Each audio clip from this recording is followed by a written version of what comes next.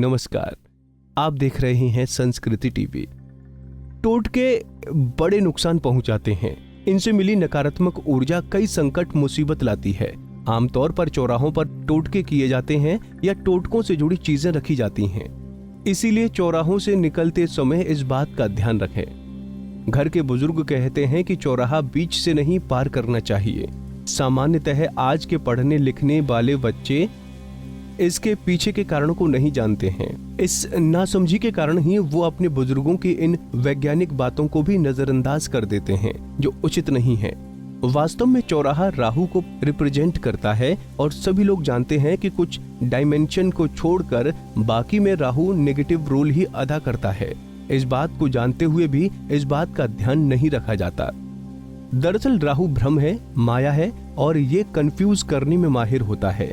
ये मति को भ्रमित करता है। मति को ठीक रखना बहुत जरूरी होता है। इसीलिए कहा भी गया है कि विनाश काले विपरीत बुद्धि, अर्थात जब बुरा समय आता है तो बुद्धि उल्टी दिशा में सोचने लगती है। इसीलिए मति को हमेशा ठीक रखना चाहिए। विष्णु पुराण में जीवन जीने के कुछ नियम भी बताए गए हैं। शास्त्रों के अनुसार मृत व्यक्ति को स्पर्श करने से व्यक्ति अपवित्र हो जाता है। अपवित्र का मतलब है कि नेगेटिव एनर्जी आ जाती है। इसीलिए नियम बनाया गया है कि शव यात्रा से लौटने के बाद स्नान किया जाए, ताकि वहां की नेगेटिविटी समाप्त हो जाए और हम फिर से पहले की तरह ऊर्जावान हो जाएं। इसके अलावा शव में कई तरह के बैक्टीरिया पैदा हो जाते हैं। शास्त्रों में शुभ मुहूर्त और पॉजिटिविटी के बारे में कई बातें कही गई हैं। रास्ते में निकलते समय कई बार बालों का गुच्छा दिख जाता है। ये भी बहुत अपवित्र होता है। इसको कभी नहीं लागना चाहिए और बचकर निकलना चाहिए। इसी तरह कई बार आपको रास्ते या चौराहे पर विभिन्न प्रकार के कांटे दिखाई दे जाते हैं। तांत्रिक उपायों में कांटों का प्रयोग किया जाता है।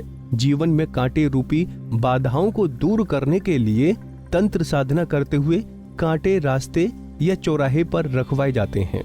उन्हें लांघना ठीक नहीं है।